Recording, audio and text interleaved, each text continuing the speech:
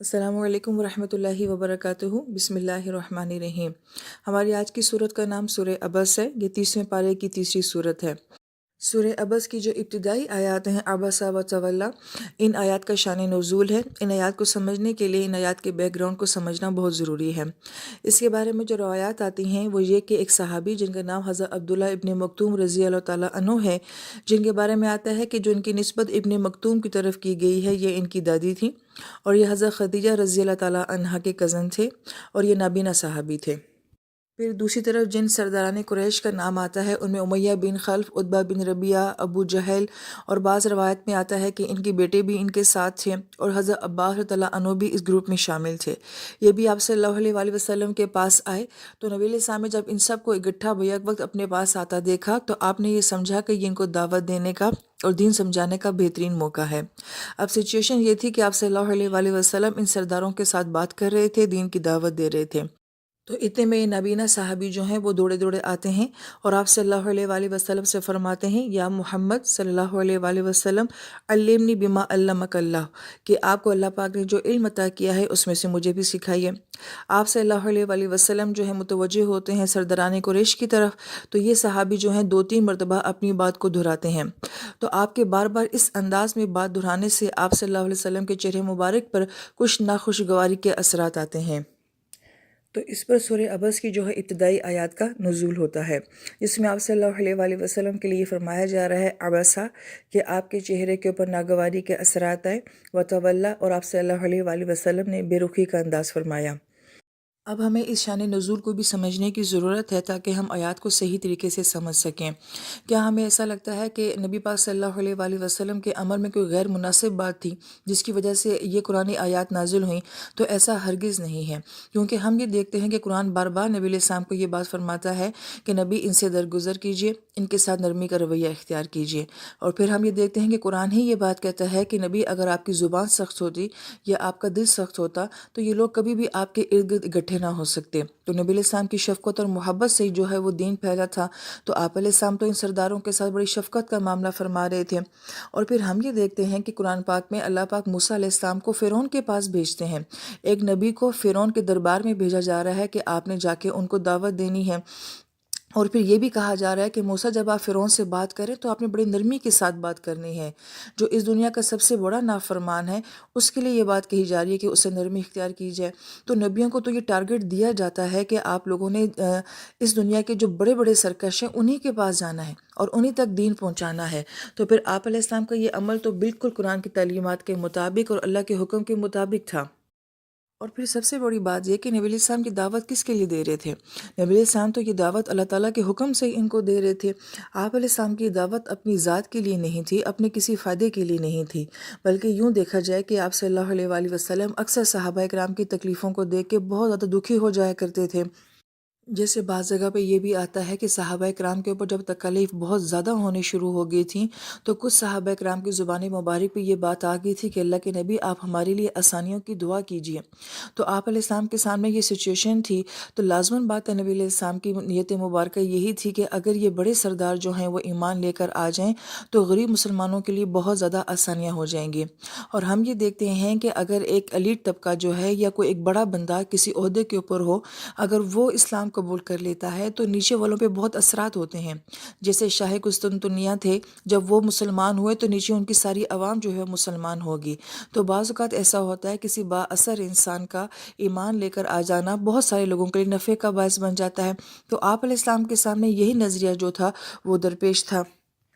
چونکہ ہم کسی بھی طریقے سے دیکھتے ہیں تو آپ صلی اللہ علیہ وآلہ وسلم کا ان کافروں کو دعوت دینا جو ہے حکمت کے حساب سے، اللہ کے حکم کے حساب سے، ماحول کے حساب سے، مسلمانوں کے نفع کے حساب سے بالکل بہترین عمل تھا۔ تو پھر سوال یہ پیدا ہوتا ہے کہ پھر یہ آیات کیوں آئیں جس میں بظاہر کچھ تنبیہ نبی پاک صلی اللہ علیہ وآلہ وسلم کے لیے ان آیات میں نظر آتی ہے؟ اس کی کیا وجہ ہے؟ تو اہل مفسر یہ بات فرماتے ہیں کہ اس کی ایک وجہ تو یہ ہے کہ نبی پاک صلی اللہ علیہ وآلہ وسلم جو ہیں وہ پوری امت کے رہبر تھے، اور اس وقت کے صحابہ کرام کے لیے آپ ہی ایک بہترین لیڈر تھے اور مثالی نمونہ تھے۔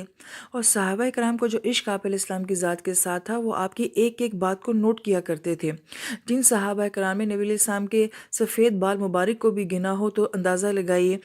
کہ وہ صحابہ کرام آپ علیہ السلام کے عمل کو کس قدر باریکی کے ساتھ دیکھا کرتے تھے۔ تو یہاں پہ اہل مفسر یہ فرماتے ہیں کہ اگر ایک طرف ایک غریب نبینہ صحابی آ رہے ہیں، اگرچہ خاندانی لحاظ سے ان کا مقام بھی اونچا ہے، اگر یہ مان لیا جائے کہ وہ حضرت خدیجہ رضی اللہ تعالیٰ عنہا کے کزن تھے تو خاندانی لحاظ سے وہ بھی کچھ کم نہیں تھے، مگر ایک نبینہ صحابی جب آپ علیہ السلام کے پاس آ کے اتنا دین کا شوق کا اظہار کر رہے ہیں، اور آپ علیہ السلام جو ہیں وہ مکہ کے یوں سمجھے کہ ایلیٹ کلاس کو جو ہے وہ اتنی اہمیت دے رہے ہیں، تو ایک تاثر جا سکتا تھا کہ غریب نظر انداز ہو رہا ہے اور امیر کو جو ہے وہ اہمیت دی جا رہی ہے۔ تو آپ علیہ السلام کے کسی عمل سے بھی جو ہے دیکھنے والوں میں کسی قسم کا تاثر غلط نہ جائے، تو اس وجہ سے یہ آیات نازل ہوئیں۔ اگرچہ جیسے ہم نے کہہ دیا کہ نبی علیہ السلام کے عمل میں کسی قسم کی کوئی کمی نہیں تھی، مگر دیکھنے والوں پہ یہ اثر پڑ سکتا تھا۔ ایک وجہ تو مفسرین کرام یہ فرماتے ہیں، اور دوسری وجہ مفسرین کرام یہ بات فرماتے ہیں کہ یہ جو سارے سردار تھے، یہ کوئی سچی نیت لے کے نبی پاک صلی اللہ علیہ وسلم کے پاس نہیں آئے تھے۔ ان کا مقصد محض دل لگی کرنا تھا، صرف سوال و جواب تھا، صرف بحث و مباحثہ تھا۔ اور دوسری طرف جو نابینا صحابی تھے وہ سچی طلب لے کر آ رہے تھے۔ تو گویا کہ یہ آیت مبارکہ یہ کہہ رہی ہے کہ نبی جو سچے طلب والے لوگ ہیں، جو دل سے دین سیکھنا چاہتے ہیں، تو طلب والوں کو اہمیت دیجیے، اور جو بے طلب لوگ ہیں، جو صرف بحث و مباحثہ اور باتیں کرنے کے لیے ہیں، ان کی خاطر ایک طلب والے کو نظر انداز کرنا مناسب نہیں ہے۔ یہاں پہ یہ نقطہ بھی نوٹ کرنے والا ہے کہ اگر طلب والا انسان جو ہے بظاہر اگر اس کا خاندانی سٹیٹس اتنا مضبوط نہیں ہے، مالی حالات اتنے اچھے نہیں ہیں، اور سب سے بڑی بات کہ اس کے اندر یہ ڈسیبلٹی ہے کہ وہ نابینا ہے، اس کے باوجود اللہ پاک یہ فرما رہے ہیں کہ دوسری طرف جو ہے مال والے، عزت والے، سٹیٹس والے لوگ موجود ہیں، لیکن نبی طلب کی بیس کے اوپر جو ہے اس کو اہمیت دی جائے گی، اور جس کے اندر طلب نہیں ہے چاہے وہ کتنا ہی قابل کیوں نہ ہو، اس کو اہمیت نہیں دینی چاہیے۔ جبکہ آج ہم اپنے معاشرے میں یہ بات دیکھتے ہیں کہ جو مال پیسہ ہے، جس کے پاس سٹیٹس ہے، وجاہت ہے، ان کو کتنی اہمیت دی جاتی ہے، اور اگر غریب انسان کتنا ہی قابل کیوں نہ ہو، طلب والا کیوں نہ ہو، لیکن اس کو نظر انداز کیا جاتا ہے۔ لہٰذا یہاں پہ ہمارے لیے، ہمارے رویوں کے لیے ایک بہت اہم نصیحت جو ہے وہ موجود ہے۔ پھر مفسرین کرام یہ بات فرماتے ہیں کہ نبی علیہ السلام کی غالباً یہی سوچ تھی کہ یہ سرداران قریش تو میری بات سنتے نہیں ہیں اور کبھی میرے پاس آتے نہیں ہیں، آج ایک موقع اور غنیمت ہے کہ یہ میرے پاس آئے ہیں، تو ان کو دین کی بات پہنچ جائے۔ جبکہ ابن مکتوم رضی اللہ تعالیٰ عنہ تو میرے اپنے صحابی ہیں، وفادار صحابی ہیں، تو ان کو تو بعد میں بھی یہ بات سمجھائی جا سکتی ہے، سکھائی جا سکتی ہے۔ لیکن اس سارے شان نزول میں ہم کہیں بھی نہیں دیکھتے کہ نبی علیہ السلام نے کچھ سخت الفاظ فرمائے یا ان صحابی کو جھڑکا ہے، یا آپ علیہ السلام کے چہرے مبارک پہ کوئی بہت شدید تاثرات نہیں آئے، جو آگے انشاءاللہ اباسا کی تفسیر میں پڑھیں گے۔ بالکل ہلکے سے تاثرات آپ علیہ السلام کے چہرے مبارک پہ آئے۔ اس کی بھی وجہ مفسرین کرام یہ فرماتے ہیں کہ وہ نابینا صحابی شاید ادراک نہیں کر سکے کہ آپ علیہ السلام کے پاس کون بیٹھا ہوا ہے اور کتنی اہم شخصیات بیٹھی ہیں، اور اس کے پیچھے نبی علیہ السلام کی کیا سوچ ہے، اور آپ بار بار اصرار کرتے رہے کہ یا محمد صلی اللہ علیہ وآلہ وسلم۔ اور یہ بات بھی مفسرین کرام یہ فرماتے ہیں کہ قرآن میں نبی علیہ السلام کو یا محمد صرف 4 مرتبہ کہا گیا ہے، اور وہاں پہ بھی کوئی اہم بات تھی جس کی وجہ سے کہا گیا، ورنہ تو نبی علیہ السلام کا نام مبارک ادب کی وجہ سے نہیں لیا گیا۔ یا ایھا المزمل، یا ایھا المدثر، یا نبی اللہ کہہ کے آپ علیہ السلام کو پکارا گیا ہے، اور یہ صحابی جو ہے مسلسل آپ علیہ السلام کا نام لے کے بار بار اصرار کر رہے ہیں کہ مجھے ابھی سکھائیے، اسی وقت سکھائیے۔ تو گویا کہ ان کی طرف سے بھی ایک عمل کے اندر کمی کا اظہار ہوتا ہے کہ یہ مناسب نہیں تھا نبی علیہ السلام کی بارگاہ کے کہ اس طرح سے بار بار اصرار کیا جائے۔ تو چہرے کے اوپر کسی قسم کی تاثرات کا آ جانا یہ بڑا فطری سا عمل تھا، لیکن نبی علیہ السلام کا ظرف تھا کہ آپ علیہ السلام نے کسی قسم کی سخت بات نہیں فرمائی تھی۔ پھر اہل علم یہ بات بھی فرماتے ہیں کہ جو ان آیات میں بظاہر ہمیں تنبیہ نظر آتی ہے، اس کی کیا وجوہات نظر آتی ہیں؟ تو پہلی بات تو یہ سمجھنے والی ہے کہ اللہ پاک کی طرف سے اپنے انبیاء کی طرف اگر کسی قسم کی کوئی تنبیہ آتی بھی ہے تو یہ تنبیہ ویسی نہیں ہوتی کہ جیسے کہ عام انسان کو کی جاتی ہے، کیونکہ انبیاء علیہ السلام جو ہوتے ہیں وہ معصوم ہوتے ہیں، ان کے اندر کسی قسم کا کوئی شر نہیں ہوتا، اور اگر ان سے کسی قسم کی کوئی خطا ہو بھی جاتی ہے تو وہ ان کے نفس کی جانب سے نہیں ہوتی ہے، اس میں کوئی شر نہیں ہوتا ہے، بلکہ اس میں بھی امت کے لیے کوئی اصلاح ہوتی ہے۔ بلکہ اس بات کو اس انداز میں بھی سمجھنا چاہیے کہ تمام علماء کرام کا اجتماعی عقیدہ یہ ہے کہ ہم صحابہ کرام کے بارے میں بھی یہی عقیدہ رکھتے ہیں کہ اگرچہ کچھ خطائیں ان سے ہوئی ہیں، مگر ان کی خطائیں ایسی خطائیں نہیں تھی کہ جو کہ عام انسان سے ہوتی ہیں، ان کے اندر شر نہیں ہوتا تھا۔ اسی طریقے سے ہم یہ بات کہتے ہیں کہ اگر ایک شخص مجتہد ہے اور وہ اجتہاد کے مقام پہ پہنچ چکا ہے، مجتہد کون ہوتا ہے کہ جو کہ قرآن اور حدیث سے اپنے علم کی بنا کے اوپر کوئی مسئلہ اخذ کر لیتا ہے، تو اگر وہ اپنی تمام نالج کی بنا پر، اپنی تمام معلومات کی بنا پر محنت کوشش کر کے اگر کوئی رائے قائم کر لیتے ہیں، اور اگرچہ ان کی یہ رائے جو ہے وہ مناسب نہ ہو، صحیح نہ ہو، لیکن چونکہ ان کی نیت صحیح تھی اور انہوں نے کوشش کی، محنت کی، تو ان کی ساری کوشش اور محنت کے اوپر بھی ان کو ثواب ملتا ہے، اگرچہ اس کوشش کے بعد جو وہ رائے پیش کریں وہ تمام لوگوں کے لیے قابل قبول نہ ہو، پھر بھی محنت کا صلہ دیا جاتا ہے۔ تو یہ تو ایک عام انسان کی بات ہے کہ وہ اپنے علم کے اوپر اپنی سمجھ کے مطابق جو رائے قائم کرتا ہے اس کو نظر انداز نہیں کیا جاتا۔ تو یہ تو نبی علیہ السلام کی ذات عالی کی بات ہے کہ اگر آپ علیہ السلام نے اس موقع کی مناسبت سے اگر اسی بات کو بہتر سمجھا ہے تو کیسے کہا جا سکتا ہے کہ نبی علیہ السلام کی یہ رائے بہتر نہیں تھی، کہ آپ علیہ السلام کا یہ عمل مناسب نہیں تھا؟ تو اس قسم کی کوئی بھی سوچ جو ہے وہ ذہن میں قطعاً نہیں آنی چاہیے۔ اب یہاں پہ یہ بات سمجھ لینی چاہیے کہ جب اس قسم کے کچھ مقامات قرآن پاک میں آتے ہیں یا اس قسم کی کوئی آیات آتی ہیں تو ترجمہ کرتے وقت، تفسیر بیان کرتے وقت انسان کو بہت محتاط ہونا چاہیے اور بہت باادب ہونا چاہیے، کیونکہ یہ نبی پاک صلی اللہ علیہ وآلہ وسلم کی ذات عالی کے بارے میں بات آ رہی ہوتی ہے، تو کسی قسم کی ایسی بات نہیں ہونی چاہیے جو نبی علیہ السلام کی شان کے مناسب نہ ہو، لیکن چونکہ جو قرآن کا حکم ہے وہ بھی ہم نے سنانا ہوتا ہے، اس سچویشن کو بھی صحیح طریقے سے بیان کرنا ہوتا ہے، تو گویا کہ اس انداز میں بات کی جائے کہ قرآن کا حکم بھی ثابت ہو رہا، آیات کا ترجمہ بھی صحیح طریقے سے سمجھ آ رہا ہو، لیکن ساتھ ساتھ واقعہ بیان کرتے وقت ادب کا لحاظ جو ہے وہ بھی اعلیٰ مقام پر ہونا چاہیے۔ جب ہمیں شان نزول اچھی طریقے سے سمجھ آ چکا ہے تو انشاءاللہ تعالیٰ اب ہمارے لیے الفاظ کو سمجھنا آسان ہو جائے گا۔ پہلی آیت مبارکہ ہے عبسہ۔ عبسہ کے مطلب کو جاننے سے پہلے قرآن پاک میں یہ بات سمجھ لینا ضروری ہے کہ 3 طرح کے الفاظ آئے ہیں جس سے کسی قسم کی ناخوشگواری کا احساس جو ہے وہ چہرے سے ظاہر ہوتا ہے۔ ایک لفظ استعمال ہوتا ہے کلہہ۔ کلہہ کا مطلب ہوتا ہے چہرے کے اوپر ایسی سلوٹیں ڈالنا کہ جس سے شکل بگڑ جاتی ہے اور آپ کے چہرے کی خوبصورتی جو ہے وہ ختم ہو جاتی ہے، بدنما چہرہ لگتا ہے۔ پھر ایک اور لفظ استعمال ہوتا ہے بصرہ، سین کے ساتھ۔ اس کا یہ مطلب ہوتا ہے کہ چہرے کی ناگواری اس حد تک بگڑ جائے کہ آپ کے چہرے کو دیکھ کے خوف محسوس ہو رہا ہو اور بلکہ اس ناگواری میں اظہار بھی ہو رہا ہو، یعنی کہ چہرے سے ناگواری کا شدید اظہار بھی ہو رہا ہو تو اس کو بصرہ کہا جاتا ہے۔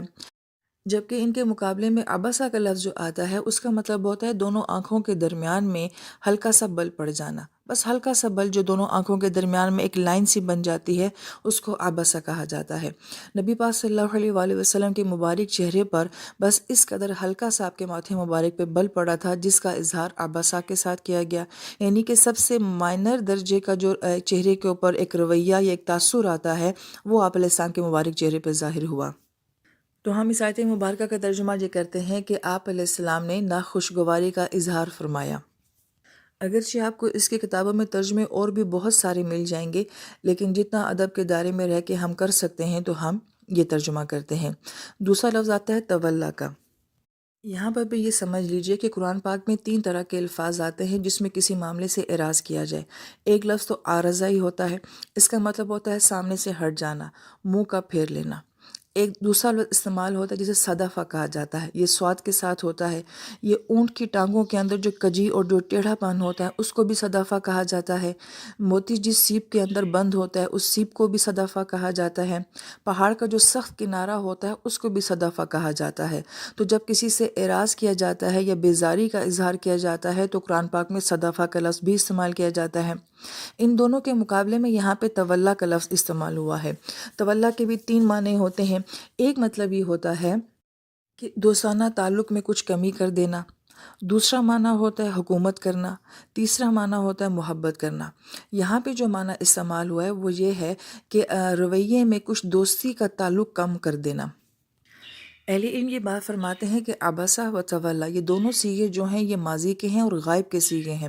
یعنی کہ ڈائریکٹ نبی پاک صلی اللہ علیہ وآلہ وسلم سے بات نہیں کی گئی ہے۔ جب اللہ پاک قرآن پاک میں اس انداز میں بات کرتے ہیں کہ ماضی کا صیغہ استعمال کریں، انڈائریکٹلی بات کریں، تو یہ سیم ٹائم جو ہے وہ ناراضگی کا اظہار بھی ہوتا ہے۔ بعض اوقات اللہ پاک کافروں سے براہ راست بات کرنا بھی پسند نہیں کرتے تو آپ اس انداز میں بات کرتے ہیں، اور بعض اوقات یہی رویہ جو ہے وہ کسی کے اکرام اور عزت کے لیے بھی کیا جاتا ہے کہ آپ بعض اوقات کسی کو ڈائریکٹ اس کے منہ پہ کوئی بات نہیں کہہ سکتے ہیں تو آپ انڈائریکٹلی جو ہے وہ بات کرتے ہیں۔ یہی انداز یہاں پہ اللہ پاک نے بھی نبی علیہ السلام کے لیے اختیار فرمایا ہے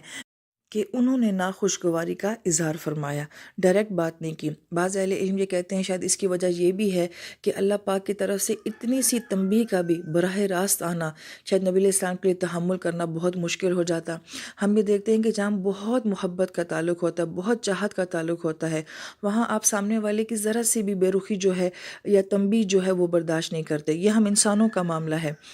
تو اس لیے اللہ پاک نے جو ہے یہاں پہ غائبانہ انداز اختیار فرمایا۔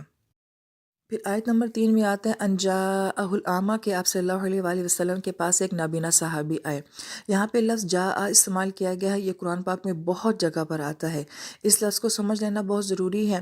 آنے کے لیے، کسی چیز کے آنے کے لیے آتا یاتی کا لفظ بھی استعمال کیا جاتا ہے۔ اس کا مطلب ہوتا ہے آنا، بڑے عام انداز سے آنا۔ لیکن جہاں کہیں جاء کا لفظ آتا ہے تو اس کا مطلب ہوتا ہے بڑے عظیم الشان طریقے سے آنا، بہت چاہت، لگن اور شوق کے ساتھ آنا۔ اللہ تعالیٰ اپنی نصرت، اپنی مدد اور فرشتوں کے آنے کے لیے مختلف مقامات کے اوپر جو چیز بہت غلبے کے ساتھ آتی ہے، بہت شان و شوکت کے ساتھ آتی ہے، اس کے لیے جاء کا لفظ استعمال کرتے ہیں۔ یہاں پہ ایک نابینا صحابی کے لیے لفظ کیوں استعمال کیا گیا؟ تو اہل علم یہ کہتے ہیں چونکہ وہ علم کا شوق لے کر آ رہے تھے، علم کی محبت کے لیے آ رہے تھے، تو اللہ نے ان کے آنے کو جو ہے قرآن پاک میں ہمیشہ کے لیے ریکارڈ کر لیا ہے کہ ان کا آنا اللہ کو اتنا اچھا لگا، علم کے لیے طلب کرنا، ان کا شوق کرنا اتنا اچھا لگا کہ اللہ تعالیٰ نے اس کو جاء کے ساتھ تعبیر کیا ہے۔ یہاں سے اہل علم یہ نقطہ بیان کرتے ہیں گویا کہ اللہ تعالیٰ کو اپنے بندے کا قرآن کی طلب کے لیے آنا، اس کا شوق کرنا، اس کا محبت کرنا بہت اچھا لگتا ہے۔ بہت مشہور حدیث مبارکہ ہے کہ نبی علیہ السلام کی حدیث پاک کا مفہوم ہے کہ جو انسان اپنے گھر سے علم کی طلب کے لیے نکلتا ہے تو آسمان سے فرشتے باقاعدہ اس بات کی اجازت لیتے ہیں کہ اللہ پاک اس دین کے طالب علم کے لیے ہم اس کے قدموں کے نیچے اپنے پر کو بچھانا چاہتے ہیں۔ تو مفسرین کرام یہ بات فرماتے ہیں کہ یہ منظر بھی ہوتا ہے کہ فرشتوں کی آپس میں دوڑ لگی ہوتی ہے اور ہر ایک کی تمنا یہ ہوتی ہے کہ اس طالب علم کے پاؤں کے نیچے جو ہے میرا پر آنا چاہیے۔ یہ منظر روز اس طالب علم کے ساتھ ہوتا ہے جو اپنے گھر سے قرآن کا علم سیکھنے کے لیے نکلتا ہے۔ میری پیاری بہنوں، آپ تو گھر میں بیٹھ کے پڑھتے ہیں، صرف موبائل آن کر کے پڑھتے ہیں۔ اگر اس میں بھی آپ کسی قسم کی شوق اور طلب کا اظہار کرتے ہیں تو اللہ کی بہت شان کریمی ہے کہ اس حدیث مبارکہ کے فیض میں ہم لوگ بھی شامل ہو سکتے ہیں۔ مگر جو اس ذریعے کو بھی نہ استعمال کرے، اتنی آسانی سے بھی دین کو سیکھنے کے لیے جدوجہد اور کوئی کوشش اور کوئی محنت نہ کرے، تو ہمارے رویوں پہ بہت بڑا کوسچن مارک آ جاتا ہے۔ اور یہاں پہ اس بات کو سمجھ لینا بھی بہت ضروری ہے کہ ایک نابینا صحابی ہیں اور ان کو اتنی اہمیت دی جا رہی ہے کہ پورا گینگ جو ہے وہ کافروں کا، سرداروں کا آیا ہوا ہے، لیکن اللہ تعالیٰ ایک نابینا صحابی کو اہمیت دے کے کہتے ہیں کہ نبی آپ کی ساری توجہ محبت جو ہے وہ ان کی طرف ہونی چاہیے۔ وجہ کیا ہے؟ کہ ان کے پاس طلب ہے۔ جیسے حدیث پاک کا مفہوم آتا ہے کہ جو انسان طلب کرتا ہے وہ اپنی منزل کو پا لیتا ہے، بے طلب انسان ہمیشہ محروم رہ جاتا ہے۔ اور ہمارا المیہ یہ ہے کہ ہمارے اندر طلب ہی نہیں ہے، ہمارے اندر شوق ہی نہیں ہے کہ ہم نے یہ علم حاصل کرنا ہے۔ ایفرٹ تو اس کے بعد آتی ہے، پہلی بات تو یہ ہے کہ شوق اور طلب ہمارے اندر موجود نہیں ہے۔